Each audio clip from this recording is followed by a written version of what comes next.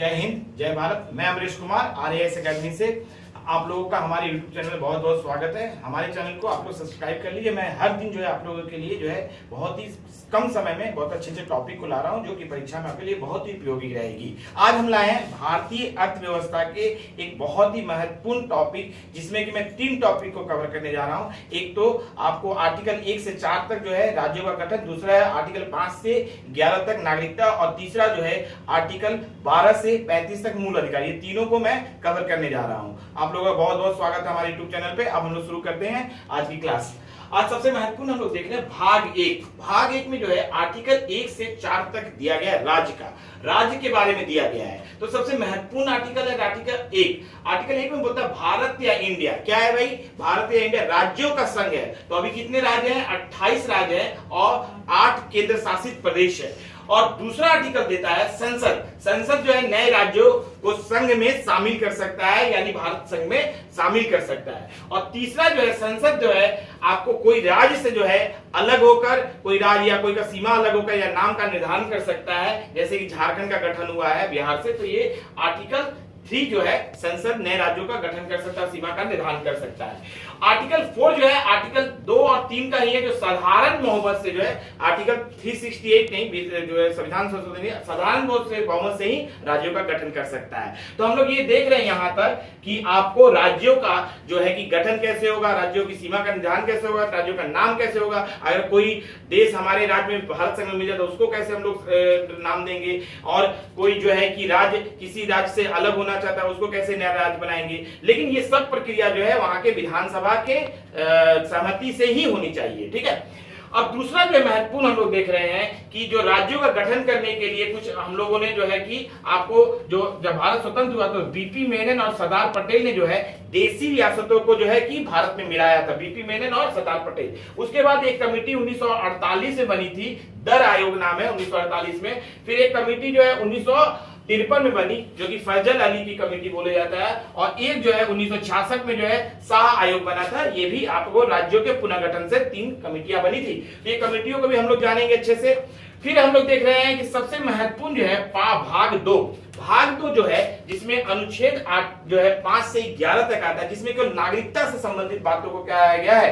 भारत में हम लोग जानते हैं एकल नागरिकता है, जबकि अमेरिका में दोहरी नागरिकता है। एकल नागरिकता हम लोग ब्रिटेन से लिए हैं, हम लोग सब पहले पढ़ चुके हैं। अब हम लोग देखते हैं आर्टिकल जो है आपको 5 में क्या बोलता है। आर्टिकल 5 में बोलता है कि 26 जनवरी 1950 से जो है कि जन्म लिया है यहाँ पे, या जिसके माता पिता रह रहे हैं, या जो 5 वर्ष से रह रहे थे उसके बाद, तो आप जो है भारत के नागरिक बन सकते हैं। दूसरा जो आर्टिकल 6, ये जो है पाकिस्तान से जो है भारत में आए हैं लोग। कौन लोग आए हैं? 19 जुलाई 1948 तक आए हैं और 6 माह तक रहे हैं, उनको भारत की नागरिकता दिया गया था। और आर्टिकल 7 जो है भारत से जो पाकिस्तान में चले गए मार्च 1947 के बाद, तो वो जो है कि भारत के नागरिक नहीं रहेंगे। ठीक है। तो भारत के नागरिक जो है मार्च 1947 के बाद चले गए अगर पाकिस्तान में, तो भारत के नागरिक नहीं रहेंगे। फिर आर्टिकल देख रहे हैं 8 और 9 जो है आपको किसी को नागरिकता जो है ग्रहण करने का है, कि कोई आदमी जो है नागरिकता को ग्रहण कर सकता है, त्याग कर सकता है, ठीक है, या अन्य देश की नागरिकता ले सकता है, उसके बारे में है। फिर आर्टिकल 11 देखते हैं कि नागरिकता का कानून जो है संसद ही बनाया गया, जैसे 1955 का नागरिकता अधिनियम कानून जो है संसद ही बनाया था। तो इसके बाद हम लोग देख रहे हैं कि आपको 26 जनवरी 1950 के बाद जो है भारत में कोई व्यक्ति जन्म लिया वो भारत का नागरिक होगा।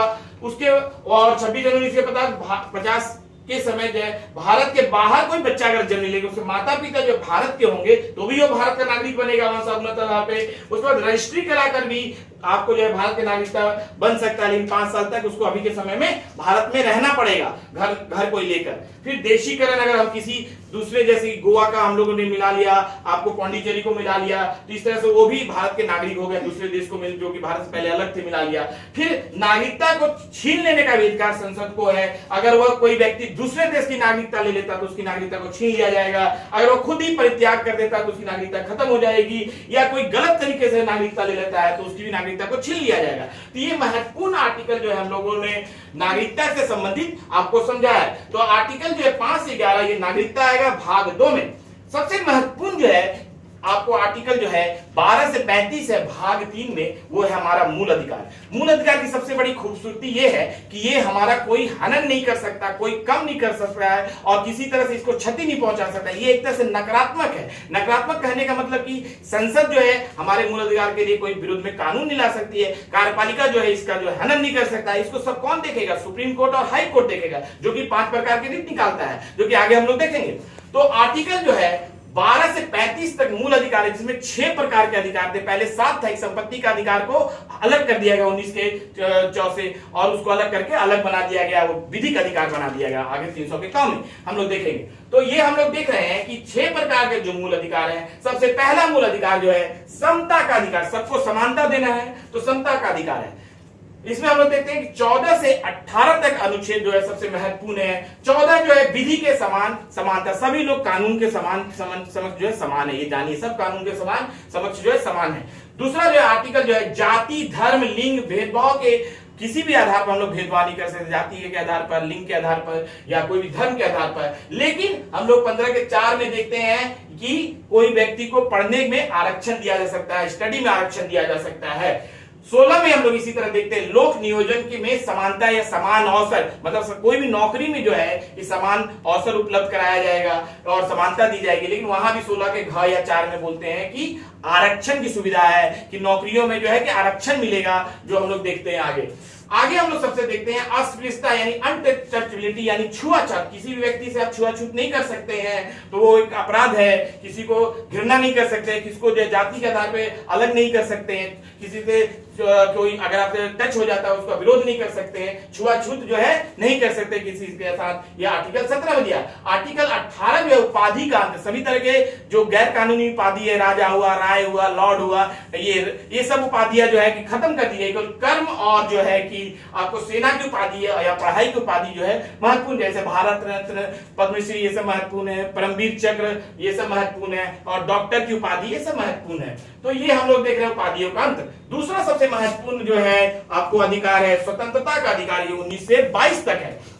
इसमें हम लोग देखते हैं 19 जो है सबसे महत्वपूर्ण अधिकार है, जिसमें कि इसमें 6 महत्वपूर्ण अधिकार है। बोलने का अधिकार है 19 के कौ में, फिर दूसरा है सम्मेलन करने का अधिकार शांतिपूर्ण, फिर तीसरा है संघ बनाने का अधिकार, फिर भारत के किसी क्षेत्र में आने जाने का अधिकार, फिर भारत में निवास करने का अधिकार, फिर भारत में कोई भी काम करने का अधिकार। ये 6 महत्वपूर्ण अधिकार है 19 में दिया गया है। और 19 के 1 के ए में जो है प्रेस की स्वतंत्रता दी गई। प्रेस को जो है कि चौथा स्तंभ माना जाता है लोकतंत्र का, जो कि आप जानते हैं कि विधायिका, कार्यपालिका, न्यायपालिका के बाद चौथा स्तंभ जो है लोकतंत्र का प्रेस होता है। तो ये हम लोग देख रहे हैं 19 में। 20 जो है बहुत ही इंपॉर्टेंट आर्टिकल है, ये अपराधों के लिए दोष सिद्धि से संरक्षण देता है कि आप खुद ही अपराध से कैसे बचेंगे। तो कानूनी उल्लंघन जो है कोई व्यक्ति को जो है तभी गिरफ्तार किया जा सकता है जो कोई कानून का उल्लंघन किया, कोई विधि का उल्लंघन किया, कोई लॉ का उल्लंघन किया, तभी गिरफ्तार करेंगे। दूसरा, उसको जो है कि अगर हमने एक बार सजा दे दिया है एक अपराध के लिए, दोबारा नहीं देंगे।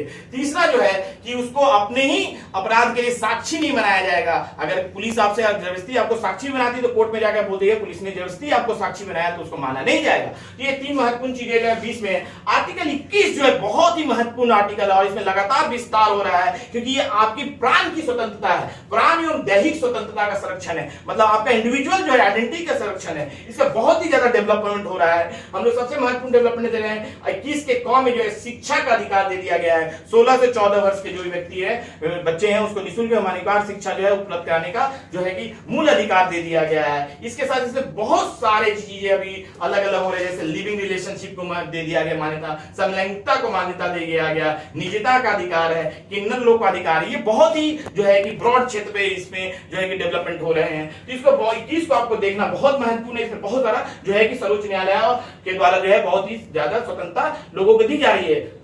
ये आर्टिकल 21।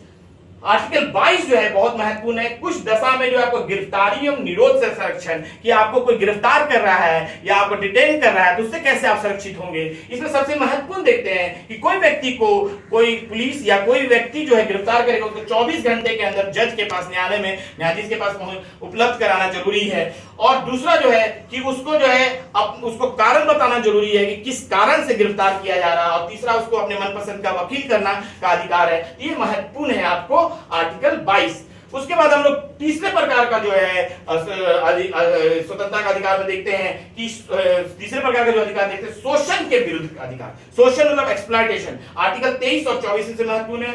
23 जो है आपको बोलता है कि कोई भी मानव का व्यापार नहीं करेगा, मानव अंगों का व्यापार नहीं करेगा, और साथ में किसी से जबरदस्ती जो है कि श्रम नहीं कराया जाएगा, बिना पैसा दिए श्रम नहीं कराएंगे। आर्टिकल 24 बोलता है कि 14 वर्ष से उम्र के कम उम्र के बच्चों को जो है कारखाना या संकटमय जो जगह है उनमें जहां की बहुत ही दुर्घटना होने की संभावना है वहां पे काम नहीं कराया जाएगा। और चौथे प्रकार का जो स्वतंत्रता है वो धर्म की स्वतंत्रता है। आर्टिकल 25 से 28 तक। 25 में बोलता है कि सभी को अपने अंतःकरण में मन से धर्म को मानने, पालन करने, आचरण करने और प्रचार करने का अधिकार है। आर्टिकल 26 बोलता है धार्मिक कार्यों का प्रबंधन करने का अधिकार है, आपको संघ बनाने का अधिकार है धर्म से रिलेटेड। और 27 बोलता है कि धार्मिक कार्यों में जो खर्च करते हैं उसमें कोई टैक्स नहीं लगेगा।